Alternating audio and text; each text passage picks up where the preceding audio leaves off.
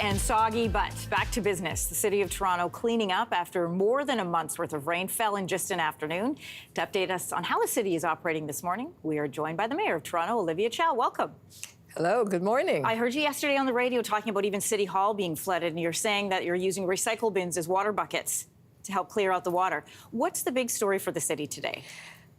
Things are almost back to normal. We are very resilient. We are mostly prepared. So all the highways are open. Most of the roads are open. Our public transit is functioning. And some of the pools and community centers are a bit damaged, so that's not 100% yet. And in terms of hydro, 3,000 plus people are still without hydro, but that's a lot better than the 170,000 people that were without any electricity yesterday. I mean, it's difficult. You can't get pumps running. You can't run your AC because it was also very hot yesterday. And firefighters, fire crews, lots of rescues, lots of effort put in there. Oh, yeah. They had 1,700 calls rescuing people from elevators. Can you imagine being stuck in elevators and getting scared? And the rising water on our highway, so getting people out of their cars, getting them to safety. They are just wonderful. We're very thankful for these emergency services people. And the city crew worked overnight to repair everything, to clear the debris. Because after the storm water goes away, you still have all the debris left, right? So you need to clean it all up. So listen, I won't give you a hard time about traffic, but it's bad enough without all the road closures from the floods yesterday. Listen, we experienced a similar flood just over a decade ago. The city we know has spent a lot of money on flood mitigation, especially at the base of the Don River. But the same areas we know flooded back in 2013, we're seeing the same areas facing flooding again. What progress have we made on flood mitigation in this city? The same thing seems to keep happening in the same areas. That's right. So let me talk about east versus the west. The west area still, some of those homeowners can't even get insurance for the basement anyway because there's been flooding so much. So we're waiting for the federal government to join us into really do flood mitigation measures in the west end of the city. How much money is that? What do you need? It's about $300 million, and they've said yes. It's just we're waiting for the funds to flow, and no pun intended. Waiting for the funds to flow. Yes, let's flow it faster.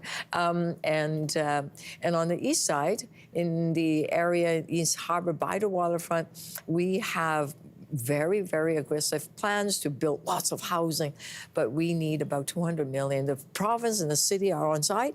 We need the federal government to just join us. Then once we've done the flood protection, we can build housing. But what the federal government did was big. They are diverting the Don River, allowing it to flow into the Lake Ontario. And the last plug about to be pulled out in the next couple of months. Okay. That will allow the Don River to flow into Lake Ontario, and that would ease a lot of the flooding. So it's happening, but we're almost there. We're almost there. I want to ask you about these kinds of storms. They used to happen, every 10 years or so, but we know because of climate change, we're having more frequent large weather events like this. So what are we doing to keep up? There's the measures at the Don River that you were talking about, but what else are we doing in this city to make sure that we're keeping up with the pace of climate change? Yes, we are looking to see if we can provide some incentives to homeowners.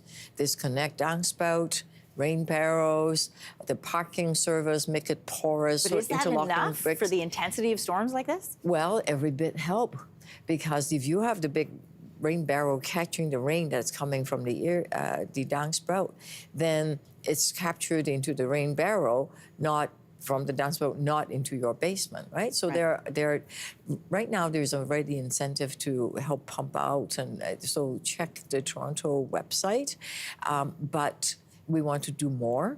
And for big parking lots, right? If it's just the concrete, the water basically just run off. What we want them to do is have it interlocking bricks so that the water can seep into the ground rather than just run off and flood everything else, right? So having that kind of parking spots will really help.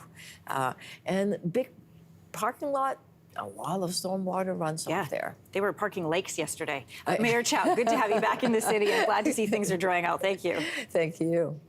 Hey, thanks for watching. If you liked this, be sure to subscribe here, or you can check out more Your Morning videos right here.